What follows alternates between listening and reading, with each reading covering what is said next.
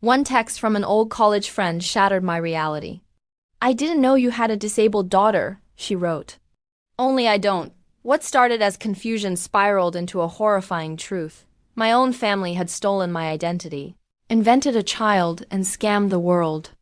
This is my story. It was a Tuesday morning like any other. I was in my kitchen, barefoot, coffee in hand, mentally preparing for back-to-back meetings. Then my phone pinged with a message that made the world tilt. "Olivia, I just saw your charity page for your disabled daughter." I had no idea.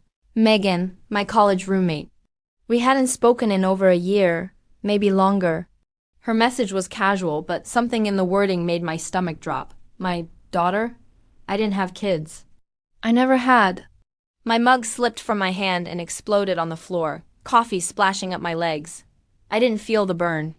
My hands were shaking too hard to type a response. Disabled daughter? My breath caught in my throat. Megan sent a follow-up message, including a link. I clicked it with trembling fingers, heart hammering. A web page loaded, and there it was, my face. My professional headshot from LinkedIn.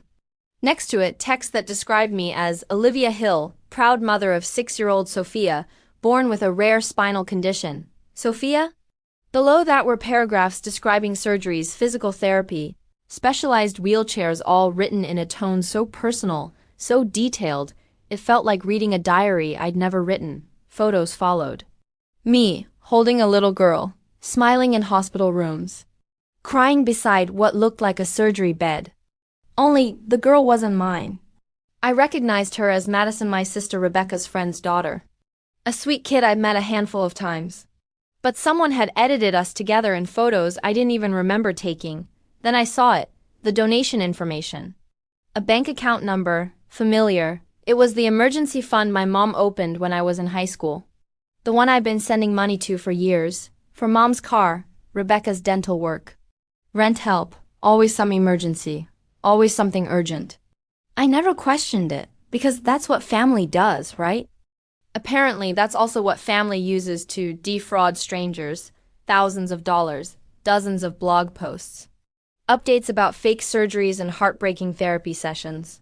A whole world created using my name, my face, and a child who never existed. The breath caught in my throat as I scrolled. Every post was time-stamped. This had been going on for 2 years. And I'd had no idea. I stumbled into a chair, my lungs tight, my vision swimming with black spots. My mother, my sister, they had done this. Not strangers, not some hacker in another country. My family. A childhood memory crashed over me like a wave. I was 7, sitting beside Mom on the couch, her hand wrapped around mine. Family protects family, Livy, no matter what. I used to believe her. Now those words felt like poison. I reached for my phone and called Megan. My voice trembled as I asked questions. When did she see the page? Had she donated? Had anyone else reached out? Megan had found the link on Facebook, shared by a mutual friend. "I thought you just didn't want to talk about it," she said gently. But I figured I should reach out. While we talked, I opened my laptop and began methodically screenshotting everything. Every post, every donation, every lie, the photos, the comments, the bank info. I wasn't just panicking anymore, I was preparing. Because deep down I knew something irreversible had happened, and I wasn't going to ignore it. Not this time. I didn't sleep that night. Instead, I sat in front of my laptop, eyes burning, heart pounding, documenting every shred of digital evidence I could find. I renamed the screenshots with precision. Fake bio _01.png. Donation total _April. PNG. Photo manip Madison Hospital. PNG. My desktop looked like a true crime board. Only the victim was me. I zoomed in on every image. Madison's face was slightly blurred, as if they tried to mask her identity while still making her look sick enough to draw sympathy. And the photos of me? They were real, but from totally different moments: my appendectomy recovery, a company retreat, an old birthday post on Facebook. All stolen. All repurposed. They'd used my own life as raw material for a lie. It was around 2 a.m. when I realized I needed help. Not just moral support, I needed someone who understood digital footprints, cybersecurity, metadata. That's when Jessica came to mind. She worked in accounting at my office, sharp, reserved, quiet. We'd made small talk over lunch breaks for years. I didn't know much about her personal life, but I remembered her mentioning she used to work in IT security before switching careers. I texted her, unsure if she'd even respond. Sorry to bother you so late. Something insane is happening. Can I ask for your help? Her reply came within minutes. I'm awake. What's going on? 20 minutes later, she was at my door, laptop in tow, hair pulled into a messy bun, no questions asked. I explained everything, showed her the charity page, the photos, the donation trail. At first, she sat in silence, absorbing it all. Then she clicked into gear like a switch had flipped. This is serious, she said, pulling out a portable drive and plugging into my machine. This is fraud, and probably wire fraud. Identity theft. Possibly HIPAA violations depending on where they got these fake medical records. She paused. You need to talk to a lawyer. But in the meantime, we're saving everything. Watching Jessica work was like watching a digital detective. She pulled cached versions of the site, archived the page in multiple formats, pulled IP addresses from embedded analytics code. She even traced some of the donations to third-party platforms GiveHope, Caracane, Kinhuman, and started cross-referencing those with the fake medical events on the blog. They're operating on at least 3 platforms, she muttered, fingers flying. And from what I can tell, there are at least 10 different campaigns over the past 2 years. I felt sick. This wasn't a one-time mistake. This was an orchestrated con. A system. Jessica glanced at me, her voice softer now. Olivia, this is bigger than a misunderstanding. This is calculated. And you're going to need to protect yourself legally, professionally, personally. I nodded, unable to speak. That morning, I skipped work and started calling lawyers. Most referred me elsewhere. Identity theft cases involving family made people nervous. Finally, I found Martin Cooper, a quiet-voiced attorney who specialized in digital fraud. When I told him what was happening, he didn't sound shocked. He just asked how soon I could meet him. Before I left, Jessica handed me a USB drive. Every copy of every file I've saved tonight is on here. Back it up somewhere offline. And don't talk to your mom or sister yet. Not until you have legal protection. I paused at the door. You believe me? I asked quietly. Jessica's expression didn't waver. My cousin's ex-wife did something similar. Ran up credit cards in his name, claimed abuse, forged court documents. Family betrayal doesn't shock me anymore. But I've got your back. Something inside me cracked, not from pain this time, but from relief. For the first time since Megan's message, I didn't feel completely alone. Later that day, in Martin's office, I laid out everything: screenshots, timelines, the photos of Madison donation receipts. He listened in silence, occasionally jotting notes. When I finished, he leaned back in his chair. This isn't just identity theft. This is a fraud network. My skin prickled. What do you mean? Multiple platforms, coordinated timelines, fabricated medical records, and all under your name. This isn't just about stealing money from strangers. It's about building an entire false identity for you, a persona that they control. He leaned forward. Do you know how dangerous that is, Olivia? What happens if one of these donors claims tax fraud? What if a child protection agency sees your name on these posts and opens a case? I hadn't even thought of that. I felt the ground shift again under my feet. Martin continued, you need to assume everything about your identity is compromised. And we're going to need to document everything with extreme care. Dates, names, devices, IPs. It'll take weeks, maybe longer. But the good news? You're already doing the hardest part, facing the truth. Facing it was only step 1. Taking it down would be war. By the end of that week, my apartment no longer looked like a home, it looked like an investigation unit. Jessica had set up her laptop, multiple external drives, and even color-coded folders across my dining table. Martin dropped by nightly, updating legal documents and coaching me through what would happen next. I didn't feel like Olivia Hill anymore. I felt like someone pretending to be Olivia Hill, like an actress rehearsing for a role I never auditioned for. But that version of me, the one who gave money blindly, who trusted her family without question, was gone. Jessica slid her laptop toward me one afternoon. Look at this. I pulled archived versions of the main fundraising page from the Wayback Machine. It's been active for 23 months. I stared at the screen.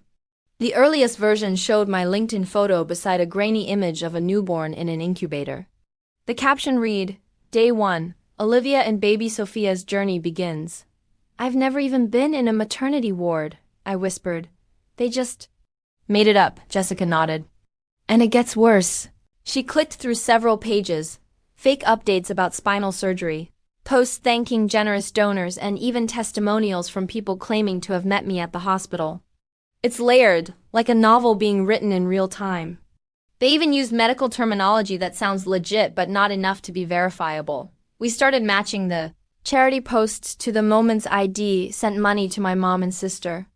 May 12 last year, I'd wired $680 for Rebecca's dental emergency. The same day, the page asked for $750 for Sophia's emergency neurological consultation. Every time you sent money, they doubled the lie online, Jessica said. They were profiting off your generosity twice personally and publicly. My heart felt hollow. Martin arrived that evening with a thick manila envelope. I pulled public financial records. Your mom has over $26,000 in gambling debt. Rebecca's facing eviction and owes nearly $18,000 in credit card debt. I flinched. She told me she was saving for a house. She's been living off cash advances and whatever they scam from these pages. As I processed this, Martin flipped open another file. There's more. Last year, they tried a similar scheme using your cousin Thomas' name. He caught on quickly threatened legal action, but didn't tell you. They tried this before? I blinked, and no one told me. They thought you'd be easier to manipulate. That realization hit harder than anything else. They depicked me because they thought I wouldn't to fight back. That night I couldn't sleep. I lay on the couch, watching the ceiling fan spin, wondering how many lies I'd absorbed over the years without knowing. Every sick pet, every emergency furnace repair, every missed tuition deadline, had any of it been real? Jessica broke the silence from across the room. They underestimated you. I sat up. Maybe, but it's not enough to be angry anymore. We need to take this down from the inside. She looked at me, a spark in her eyes. Then let's do it like a compliance audit. We create a timeline, establish patterns, match each donation to a claim. Prove their intent. That was the night the case board began. We took over my living room wall with sticky notes, strings, printed screenshots, bank records, donor receipts. Martin started calling it our war room. Jessica created a database to log every fake update and its corresponding scam.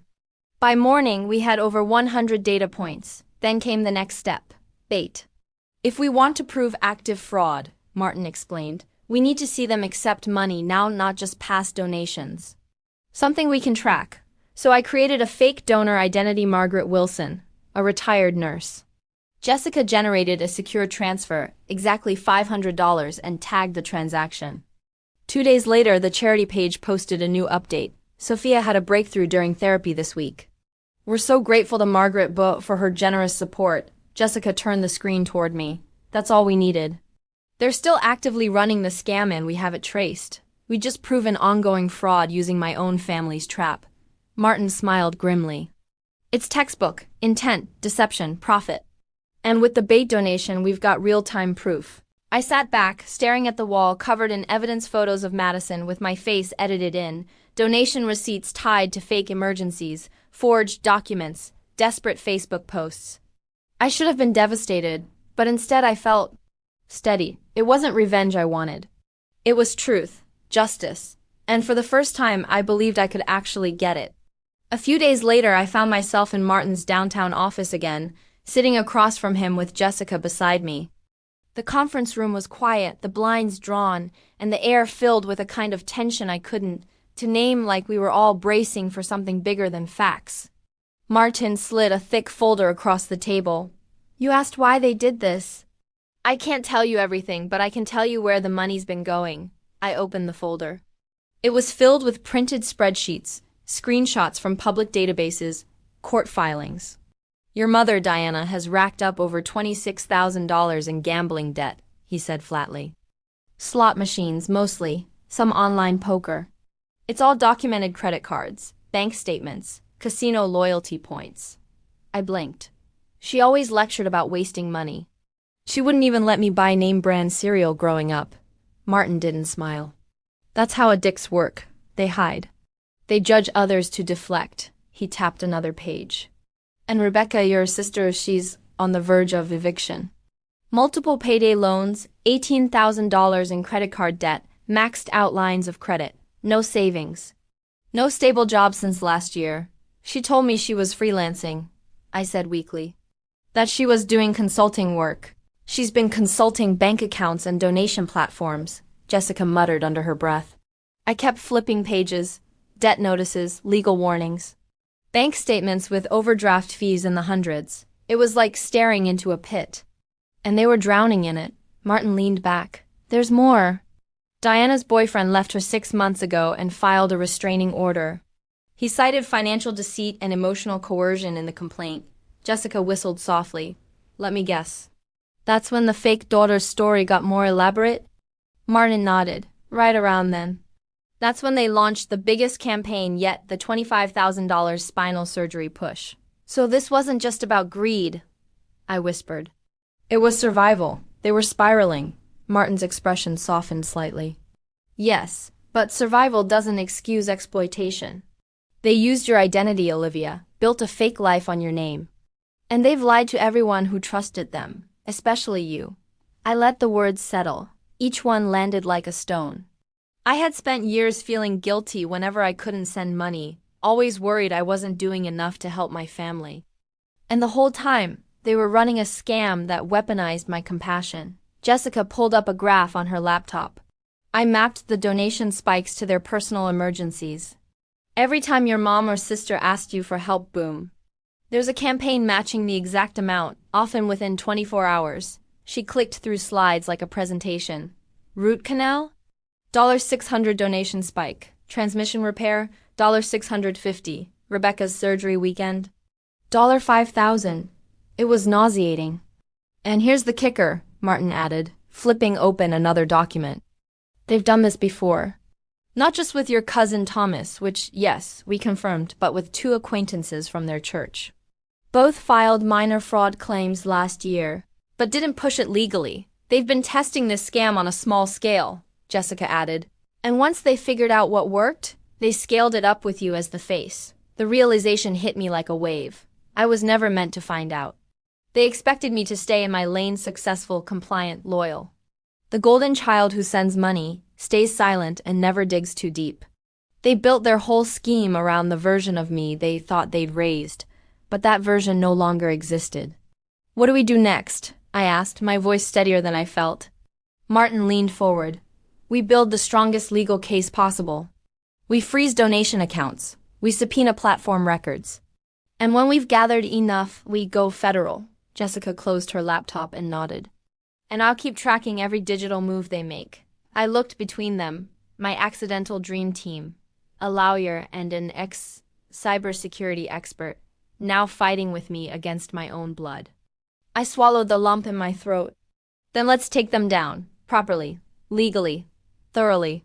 Martin smiled for the first time that day. Now you sound like someone ready to win.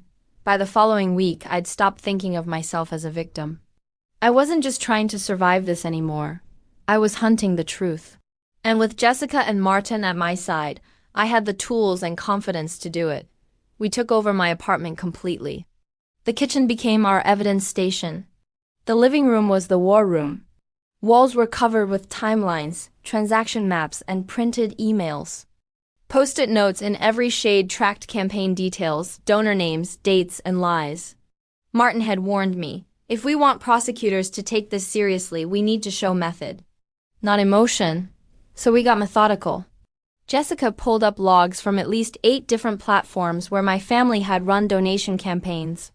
Some were duplicates, others customized for specific audiences, religious donors, medical-focused groups, even crowdfunding pages with targeted keywords like neurospinal miracle and hope for Sophia. We'd tracked over $43,000 in donations so far. That number kept growing. We need to document active fraud, Martin reminded us. If they're still collecting funds, we can prove this isn't just historical wrongdoing. It's an ongoing, deliberate scam. That's when Jessica proposed the test donation. A Trojan horse. We created a fake donor named Margaret Wilson. Jessica routed $500 from a traceable account to one of the active pages. The bio was touching, a retired nurse who lost her granddaughter to a spinal condition. 2 days later, the charity blog posted an update, a special thank you to Margaret W. for her heartfelt gift. Sophia's new therapy session was possible because of you. There it was, proof, current fraud, documented acceptance, public acknowledgement, checkmate. I stared at the screen as Jessica smiled. And now they've implicated themselves in real time. The next morning, I received a call from my mom. Her weekly check-in, just like always, but this time, the timing felt sinister. My finger hovered over the screen, and I let it go to voicemail. It was the first time in my life I had deliberately rejected her. The shock of that decision didn't feel like rebellion. It felt like reclamation. She left a voicemail like nothing was wrong. Hi, sweetheart. Just seeing how you're doing. Love you. I played it on speaker. Jessica scoffed. The level of performance is chilling. We decided to prepare the confrontation. Not an emotional breakdown, not a screaming match. A conversation with strategy behind it, a confrontation I'd control. But first, we needed more. Jessica dove into old Facebook comments and donor messages. That S when she discovered something chilling. They used a photo from my appendectomy recovery, edited to look like I was in a pediatric ICU room with a child. That's from your phone's cloud, she said. They must have taken it when they helped you sort through your holiday photos. More personal boundaries violated. More lies. I didn't cry. I just took a breath and added the screenshot to the growing folder labeled Manipulated Media. Later that night, Jessica stayed for dinner. We picked at takeout as I stared at a photo of my family from a beach trip 5 years ago, all smiles now warped by hindsight. Jessica noticed. You okay? I shook my head. They picked me for this because they thought I'd never fight back. They thought I'd stay quiet forever. She leaned forward. And look at you now! The next morning I called them.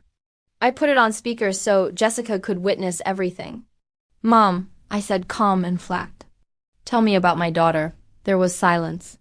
Then a familiar performance crept into her voice. Warm, soothing, layered in pity. Oh, honey, you sound stressed. Let's not go over this again. We didn't want to burden you. I want Rebecca on the call, I said. Now. Another pause, then shuffling. Rebecca came on, voice immediately defensive. You never would have approved. But Madison needed help, and you weren't going to give it. So we figured it out. I exhaled slowly. You used my name. My face. You told the world I had a disabled child. You've raised tens of thousands of dollars through lies. It wasn't like that. It was exactly like that. I cut in. I've archived everything. You have 24 hours to take down every fundraiser and return the money. Or I go public and legal. Olivia. My mother's voice cracked. You don't understand what this will do to our family. I gripped the edge of the counter. Family doesn't steal your identity and build a fake child. You made your choices. I'm making mine now. I ended the call. Silence hung in the room like static. Jessica looked at me, eyes wide. That was ... surgical. Martin later confirmed the confrontation was not just therapeutic. It was legally sound. You gave them a chance to correct course. You documented everything. That's generous. And smart, but the next blow came quickly. My inbox lit up with an email from a donor. Why did the fundraiser disappear? Our church was planning a group donation. They had taken down one page. But as Jessica soon discovered, others were still active, smaller ones on niche platforms, scattered across the web like digital landmines. They hadn't stopped, they'd just gone underground, which meant this wasn't over. Not even close. If I thought my mother and sister would back down after that call, I underestimated how far they were willing to go. 2 days later, Jessica burst into my apartment holding her laptop, her face pale. You need to see this. She spun the screen toward me. A video was playing. Rebecca, tear-streaked, sitting in what looked like her living room. Her voice shaking as she addressed the camera directly. We need your help more than ever. Our daughter Sophia's mother, my sister, is suffering from a severe mental health crisis. She's denying Sophia exists. Please don't abandon us now. The words hit me like a slap. But it was what came next that made my blood run cold. She held up a piece of paper, a psychiatric evaluation with my name on it. It claimed I had a delusional disorder with paranoid features. The document was fake, but looked alarmingly real. Hospital letterhead. Doctor's name. A signature. They're using your own mother's job at the hospital to access templates, Jessica muttered. That's a HIPAA violation. They're escalating. My stomach churned as I read the comments under the video. Poor little Sophia. Mental illness is real, y'all. Pray for Olivia. How could a mother just walk away from her child? They weren't just maintaining the scam. They were rewriting me into it, painting me as unstable, dangerous, a mother in denial of her own child. They were hijacking my identity in real time. My phone vibrated. Another message, this time from my employer. Martin called just as I picked it up. I've already spoken to your HR department. Your mother called them this morning, claimed you were experiencing a psychotic break. Tried to have you put on administrative leave. My knees buckled and I sank onto the couch. They're trying to destroy my life completely. Martin's voice was sharp. This is character assassination. And it helps us. It shows premeditation, malicious intent. But we have to act fast. Jessica was already typing. We need to flag that video, download copies, and start preparing a counter-narrative. Because now they're playing dirty. That night, our apartment felt like a newsroom. Jessica worked on capturing IP addresses. Martin drafted cease and desist letters. I just stared at the screen, at my sister's tearful face, the comments pouring in, the donation counter ticking upward. They'd raised over $12,000 in 48 hours. This wasn't just fraud anymore. It was psychological warfare. And I was done playing nice. The next morning, Agent Wilson from the FBI called. We've expedited the warrants, he said. The video, the donation withdrawals, the falsified medical records, it's enough. We're moving forward. Jessica squeezed my hand. But the attacks didn't stop. Diana uploaded a new video, polished, dramatic, laced with just enough sorrow to hook even the most skeptical viewer. I raised Olivia as best I could. But she's been unwell for years. She's confused, and now she's hurting Sophia, and all of us, by tearing down what we built to help that sweet little girl.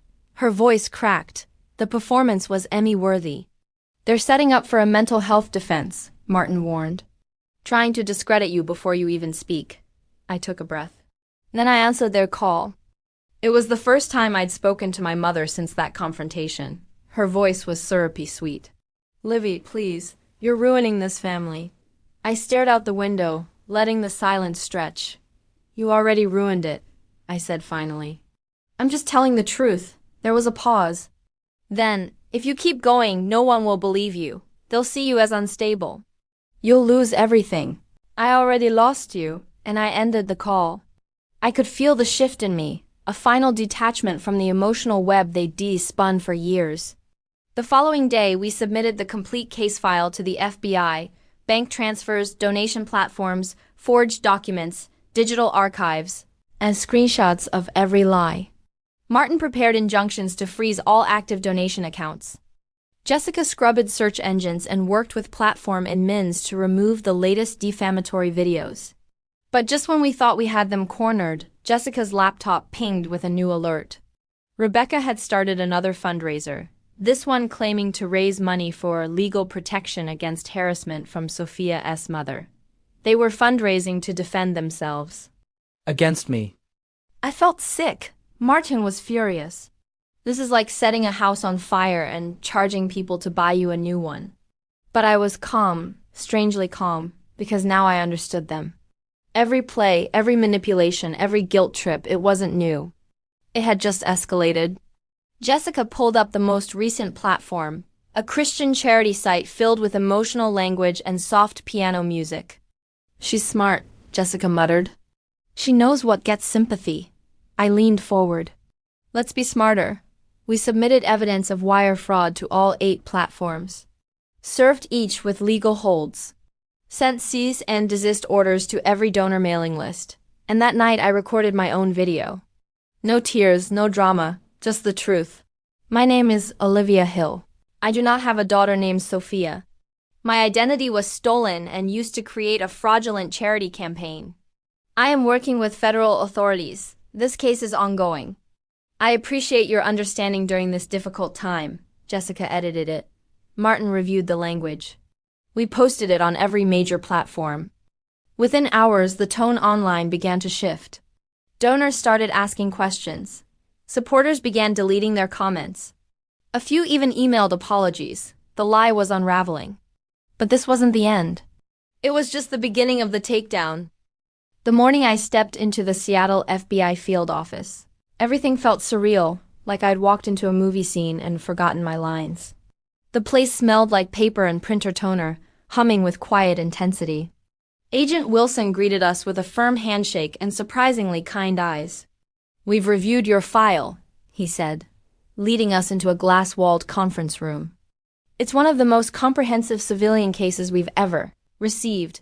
Jessica unpacked her drives and handed over the master file, a digital portfolio of every lie, every photo, every dollar traced from donor to fraud. Martin added legal documentation, financial timelines, statements from donors, confirmed HIPAA violations. I provided a notarized affidavit declaring I'd never had a child, never authorized the campaigns, never given consent. Agent Wilson scanned the documents with practiced eyes. "You've done half our work for us," he said. "Now we move." He laid out the plan. Within 24 hours, they'd serve emergency injunctions to all active fundraising platforms. Their cybercrime unit would monitor Rebecca and Diana's devices.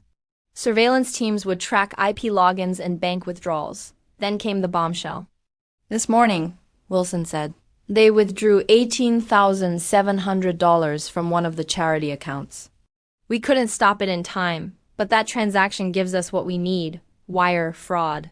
Interstate violations, real-time financial exploitation." I sat in stunned silence. "They're emptying the accounts," Jessica whispered. "They know we're closing in," but Wilson shook his head. "This works in our favor. The more they move now, the stronger our case." "They're showing active criminal intent." Martin nodded. "We hit them hard. No warnings, no gentle confrontation. We're beyond that." Jessica pulled up new alerts. Rebecca searched how to delete donor history and how to wipe bank transfer records. "They're scrambling." Wilson's phone buzzed. He stepped away briefly, then returned with a nod. "We have surveillance clearance. Monitoring begins now." Devices, emails, social accounts, everything. I looked at him. "How long before we act?" "Tomorrow morning, 7 a.m. raids on both homes, devices seized, accounts frozen." I took a slow breath, trying to absorb it. Tomorrow.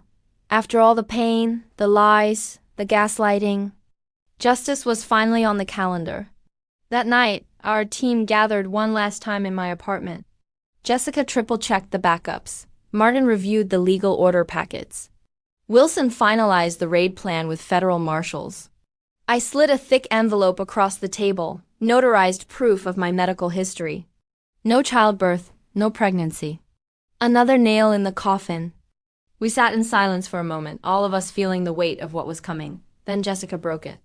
"You didn't cause this, Olivia," she said. "You're just ending it." Martin raised his glass of sparkling water. "To the end of the lie." I didn't toast. I just nodded, quietly watching the storm gather at the edge of the night. I'd spent years sending money, apologizing for not doing enough. I'd carried guilt like a second skin. But in a few hours, I would help deliver a reckoning they never saw coming. And this time, I wouldn't flinch. The raid happened just after sunrise. From Agent Wilson's unmarked sedan, I watched as federal agents surrounded Diana's suburban house, the same one where we hosted childhood birthdays, Thanksgiving dinners, and Sunday brunches. The same house now at the center of a federal fraud investigation. At 6:13 a.m., the door opened. Diana appeared in a floral bathrobe, confusion painted on her face. It took only seconds for that confusion to shift into outrage as the lead agent read her rights. She spotted me across the street. Her face twisted with disbelief. "Olivia," she called, voice cracking with false anguish. "This is a mistake. You're confused. You don't understand what you're doing." I didn't respond. Letting her speak, perform, really, was part of the plan. Back at the FBI field office later that morning, we watched the initial court hearing via secure video feed. Rebecca shuffled in first, her body language small and defensive. When she saw the evidence table stacked with binders, screenshots, and bank statements, her face went pale.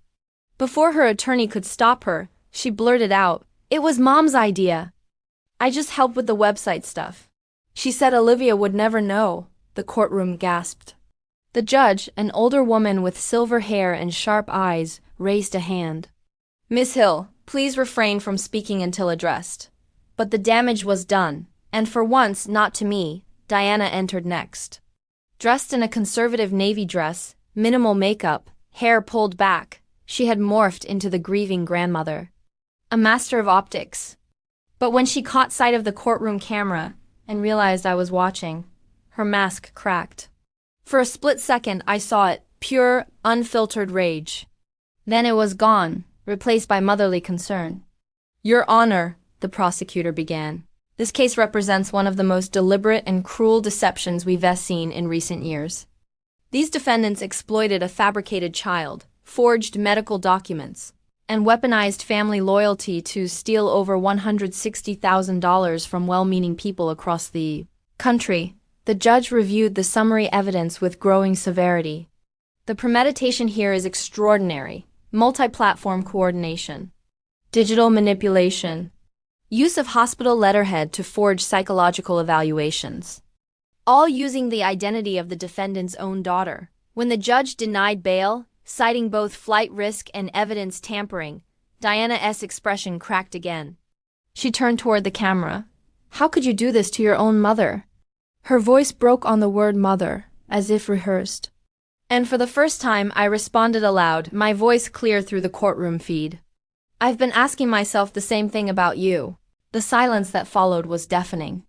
Later, outside the courthouse, people began to approach me. Not reporters, victims, the cafe owner who displayed a collection jar, the retired teacher who ran a small fundraiser at her school, a local pastor who once hosted a prayer vigil for Sophia. Each came to apologize, each came to thank me. "You did what most people couldn't," one woman whispered. "You stood up, not just for yourself, but for all of us who believed." Their kindness humbled me. Because I hadn't done this for applause. I'd done it to take my life back. But now, maybe it could mean something more.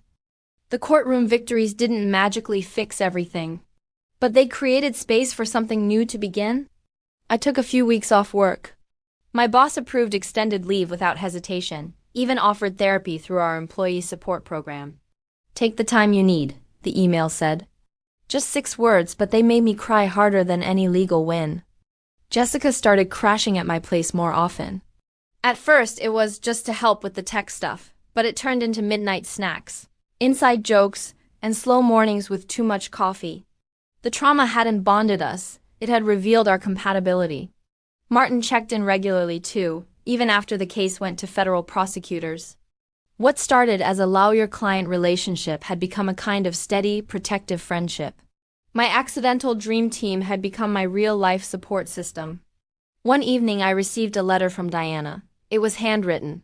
Her familiar cursive slanted neatly across pale blue stationery. She asked for forgiveness.